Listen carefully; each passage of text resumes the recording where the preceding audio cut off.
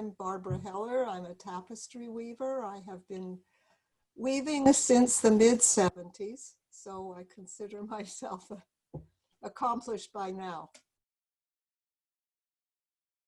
I actually started weaving tapestry from somebody's basement class every other week, you know, the usual introduction, and when I was in school in California.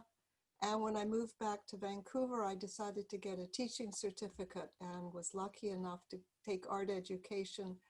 The design course was taught by Penny Goldstone, who used textiles to teach design. Thought I would become a printmaker, but became allergic to the chemicals, and textile chemicals were much more benign.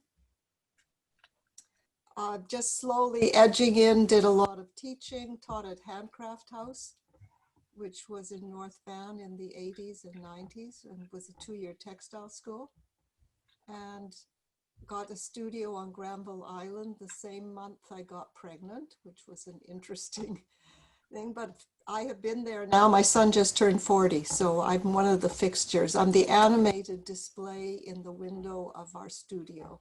People stop and stare at me weaving and knock on the glass, and the little kids wave, and there's 5 of us now. Getting the studio when I was pregnant, and the mandate on Granville Island being that you're open as much as possible, I have had a partner since the beginning. And now there are 5 of us who just share being there 7 days a week. Before COVID, I went in almost every day to weave for a few. We have to be more careful, 2 people in the studio at a time. I have a loom set up at home. I still feel it's really important to weave every day. Gordon Smith was my teacher way back when, and that was something he said, you know, if you can't draw every day, weave, and it doesn't matter what you're weaving or drawing. Just weave the pear on the kitchen table, weave what, just keep your hand in, and the ideas will come. And I think that it becomes so second nature, the technique, that you can focus on the content. The piece in the show was originally done for an exhibit that Angela actually curated earlier, where she gave all these textile artists images of old Italian art and had us respond. So she gave me one of those torsos, the statues that have lost most of their parts. And that got me looking more on the internet. I found that image. I added the wing because I wanted a sheltering presence, and because it referred to the dead birds that I use so much. Because normally if something really bothers me, I end up having to make art out of it. And dead birds came along because my cat was killing birds and not eating them, and I'm a vegetarian, and there was all these moral dilemmas. And so I made tapestries for the spirits of the dead birds. That evolved because the second Gulf War was on the radio while I was weaving. So I began to think about how I could photograph these dead birds without being squeamish, but I didn't want to touch them, and I'd have my husband put them on the compost pile and all of that. And how the people in the Gulf War, the planes would look through a camera down and drop bombs. And because of the distancing of the lens, they didn't feel connected to the people they were killing. So it became like a personal iconography for all the senseless killing in war. I've done a lot of work on climate change, racial profiling, though when I started the series of cover-ups, that wasn't a word that was in popular use. The worst part of all of this is that I keep making these tapestries and nobody listens, and they're still relevant, and I want them to become outdated. All these warnings about what we're doing to our planet. So the piece that I ended up doing with the Roman statue Moira refers to the Moirai, who were the 3 fates of Greek and Roman mythology. And the idea is that the first one measures the span of your life. no, the first one spins the length of your thread of life. The second one measures out how much is allotted to you. And the third one cuts it when you die. So it's very much that women's work actually determines the world. And it has so many references in Greek mythology to weaving, it all tied together in my head. And again, I haven't used the actual traditional symbols. I used a distaff for flax. The warp I use is linen. A spindle, because I do my own hand spun, and the scissors. And they're connected by a ribbon. And the color red is such a powerful color. It's important to my continuing to work. There's the tapestry community, which is worldwide, which my husband would always call the tapestry mafia. I could go almost anywhere in the world and have a tapestry to phone up who would say, oh, come by my studio, and we'd have a conversation, and it was fantastic. And I've made so many really close friends through that. And then there's the textile community in Vancouver, which is so strong, which you can see by all the textile art in the show. And again, you know, you have a problem, you go to another artist, you want to know how to solve something, you have somebody to ask for technical expertise or a critical eye for something that you're too close to see how to fix. So I think the community is, and then there's the crafts council. So you get to meet all these other crafts people who do other things that are fantastic.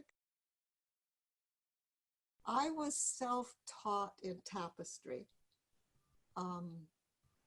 Basically, I saw an exhibit of Polish tapestry, which was at the Vancouver Art Gallery before they moved years and years ago, which was so exciting because this was when the wall was, the Iron Curtain was coming down. They were weaving with whatever they could get their hands on, horsehair, nettles, anything. Everybody was weaving so differently, and it was such a different tradition from the French, which is what we think of, the Belgian or French classical tapestries that look like medieval paintings or Renaissance paintings.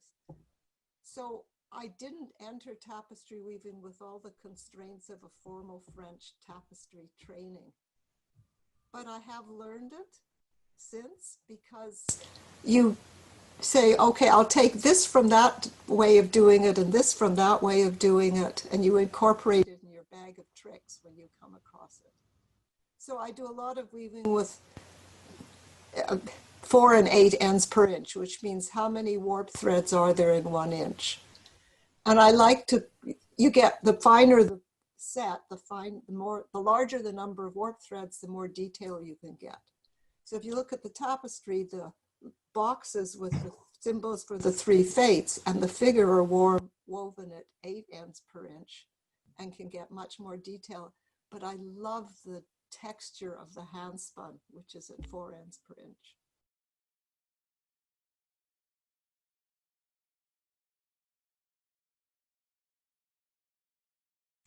In terms of the technology for weaving, there's jacquard weaving now. And the original jacquard loom in the 1800s was the first computer with punch cards that told the loom when to go up and down. And jacquard weaving is its own art form, and people have taken it from an industry to making it very personal and hands-on. I don't want to go to that way. I like using my fingers. I lose things. I'm always looking for my needle or my scissors. I can't lose my fingers. In that sense, I resist technology. A loom can be as simple as nails on a board or wrap around a cardboard box. It's so primitive. I miss slides. I don't like digital photography but I do use technology in the sense that I will project images onto a huge piece of paper and draw from them and collage on the wall and then make all the changes. So I guess I've accepted that technology. A lot of my early work had used old family photos and Jewish themes. My parents emigrated to Canada during the war. So, but my husband was Israeli. We would go to Israel quite often, and I was always fascinated by all these old walls, the stones, the walls that were put together by hand. And if they fell apart, you'd never know there had been a wall because they weren't using mortar and they weren't shaping the rocks. So that history was what's got me started, even when I was a printmaker. The old family photos, the remembrance of times past. And since then, I've moved on to more environmental themes because it upsets me. I think, okay, I was going to say color is so important, and there's a palette for here, which is much more subdued colors. I remember an exhibit years ago where they had given Mexican artists, tapestry weavers, BC artists' paintings to interpret. And they were just wrong because the Mexicans used much stronger colors and it didn't work. So in the sense of a color palette, a love of nature, I guess BC has impacted it a lot. And an openness to diversity, which is also BC. I actually asked the curator of the show that question, and she said she wouldn't have been able to pick it out from other Canadian art.